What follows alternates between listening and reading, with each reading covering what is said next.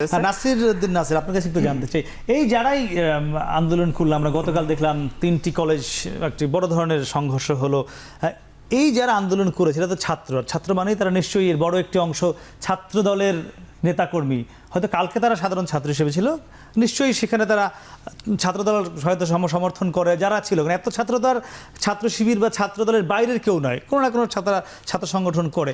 তো মানে তাদের কি আপনারা মেসেজটা মানে দিতে পারলেন না যে এই যে তারা জড়ালো সংঘর্ষে, এটি উস্কানিতে পা দেয়া, সেটি কেন হলো না? আমরা আপনাকে ধন্যবাদ জানাচ্ছি। আমরা যেটি স্পষ্টভাবে বলতে চাই সেটি হচ্ছে 5ই আগস্টের ছাত্র জনতার যে গণ অভ্যুত্থান, যেটি সফলভাবে সম্পন্ন হয়েছে, এবং 5ই আগস্টের ছাত্র জনতার গণ অভ্যুত্থানের পরবর্তী সময়ে আমরা যারা অংশীদার ছিলাম এই ছাত্র জনতার গণ অভ্যুত্থানে, সেই অংশীদারদের মধ্যে আমাদের মধ্যে ছোটোখাটো বিষয় নিয়ে আমাদের মধ্যে পারস্পরিক যোগাযোগটা আসলে সংকুচিত হয়েছিল। এবং আমরা 5ই আগস্টের ছাত্র জনতার গণ অভ্যুত্থানের পরে একবারই আমরা ছাত্র সংগঠনগুলো একবারই আমরা টিএসসিতে আসলে অংশগ্রহণ করেছি। তারপরে আমাদের মধ্যে যে যোগাযোগের জায়গাগুলো যে ব্যাপকভাবে সংকুচিত হয়েছে, সেটি কিন্তু বৈষম্যবিরোধী যারা এখন নেতৃত্ব দিচ্ছেন তারাও ব্যাপকভাবে বলেছেন। আমরা মনে করতে চাই যে 5ই আগস্টে ছাত্র জনতার গণ অভ্যুত্থানে জুলাই এবং আগস্টে যে নির্বিচারে গণহত্যা হয়েছে, যেখানে 2000-এরও অধিক ছাত্র জনতা গুলিবিদ্ধ হয়েছেন, যেখানে বাংলাদেশ জাতীয়তাবাদী ছাত্রদলের 100-এরও অধিক নেতাকর্মী শহীদ হয়েছেন, সেই জায়গা থেকে আমাদের যেটি মনে হয়েছে 5 তারিখের পরে যারা এখন নেতৃত্ব দিচ্ছেন তাদের সাথে বাংলাদেশ জাতীয়তাবাদী ছাত্রদলের যোগাযোগ সংকুচিত হয়েছে ব্যাপকভাবে।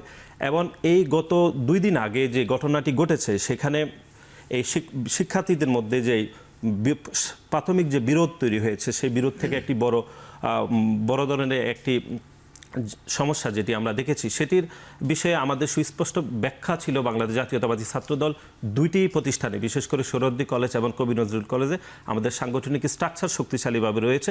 সেই শক্তিশালী স্ট্রাকচারগুলো সেখানে এই ছাত্ররা যারা এই কলহের মধ্যে জড়িয়েছে তাদেরকে নিবৃত্ত করার চেষ্টা করেছে, এবং বাংলাদেশ জাতীয়তাবাদী ছাত্রদলের এই ভূমিকার জন্য সেখানে আজকেও গণমাধ্যমে সেটি প্রশংসিত হয়েছে। কিন্তু আমরা যেটি মনে করছি সেটি হচ্ছে 5ই আগস্ট ছাত্র জনতার গণ অভ্যুত্থানে যারা পরাজিত প্যাসিস্ট শক্তি, তারা এক ধরনের বিভাজন তৈরি করার চেষ্টা করছে, এবং সেই বিভাজনে হয়তো যারা অংশীদার তারাও পা দিচ্ছেন। এবং সেটাতে আমার মনে হচ্ছে যারা এই বৈষম্য বিরোধী আন্দোলনের যারা এখন নেতৃত্ব দিচ্ছেন, তারা হচ্ছে অপর অংশীদারদেরকে সেরকম গুরুত্ব দিচ্ছে না। সেই গুরুত্ব না দেওয়ার কারণে, পারস্পরিক যোগাযোগ সংকুচিত হওয়ার কারণে এই ধরনের ছোটোখাটো সমস্যা বড় ধরনের হচ্ছে বলে আমাদের মনে হচ্ছে। আমি সেই জায়গাটি সর্বপ্রথম বেশি স্পেসিফিক করতে চাই। আচ্ছা, ফিরবো জাহিদুল ইসলাম, একটু জানতে চাই, এই যে ছাত্ররা জড়ালো 3টি কলেজ, বিশেষ করে কবি নজরুল, সোহরাওয়ার্দী বা হাবিবুর রহমান মোল্লা কলেজ, এখানে যারা গেল, এখানে মানে আমরা নিশ্চয়ই এটা বিশ্বাস করতে চাই না এখানে শিবিরের কেউ ছিল না, এত ছাত্ররা হাঙ্গামা জড়িয়েছে না, আপনারা কেন নিবৃত্ত করতে পারলেন না?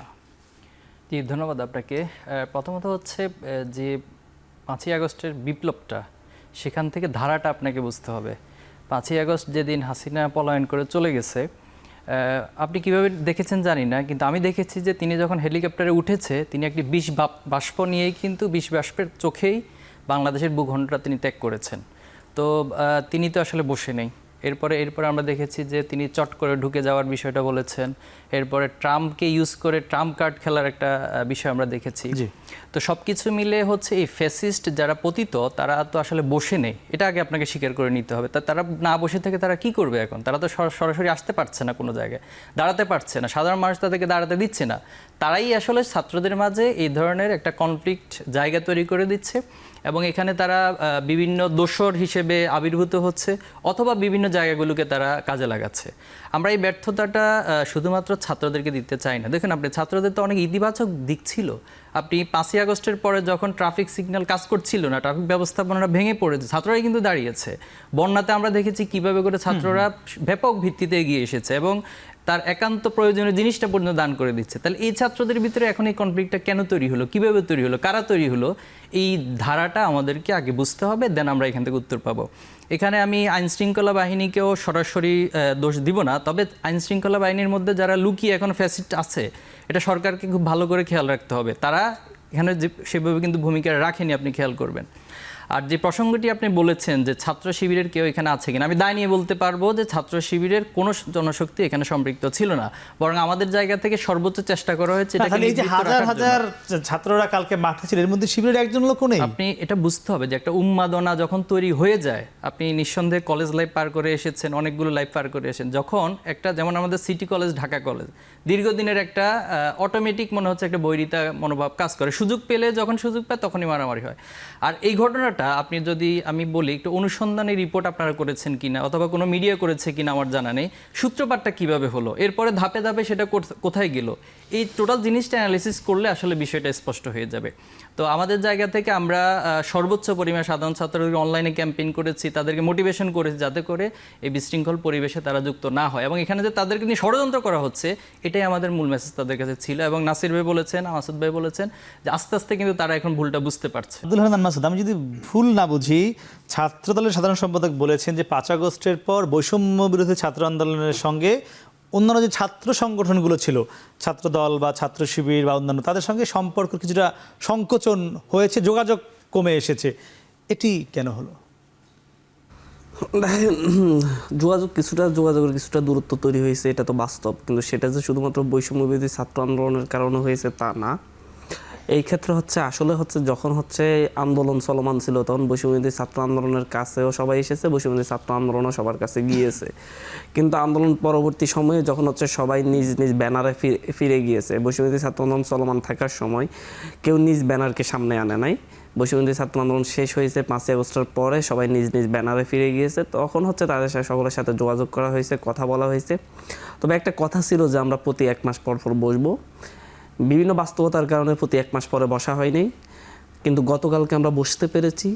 এবং ন্যাশনাল ক্রাইসিসের সময় যে আমরা ছাত্র সংগঠনগুলো সবাই একসাথে হওয়ার জন্য উন্মুখ হয়ে থাকি, এটা কিন্তু কালকে প্রমাণিত হয়েছে। আমরা কালকে 1.5 ঘন্টার প্রস্তুতিতে প্রায় যতগুলা ছাত্র সংগঠনকে, প্রথমত আমরা 13টি ছাত্র সংগঠনকে ফোন করতে পেরেছি, কিন্তু 19টা কি 20টা ছাত্র সংগঠন এসে উপস্থিত হয়েছে, নিজ থেকে অনেকে যোগাযোগ করছে যে আমাদের বসা উচিত। বাংলাদেশে একতার একটি জায়গা কিন্তু তৈরি হয়েছে, ছাত্র সংগঠনগুলো একটা জায়গায় বসতে পারে, সবাই এক জায়গায় কথা বলতে পারে ন্যাশনাল ক্রাইসিসের সময়।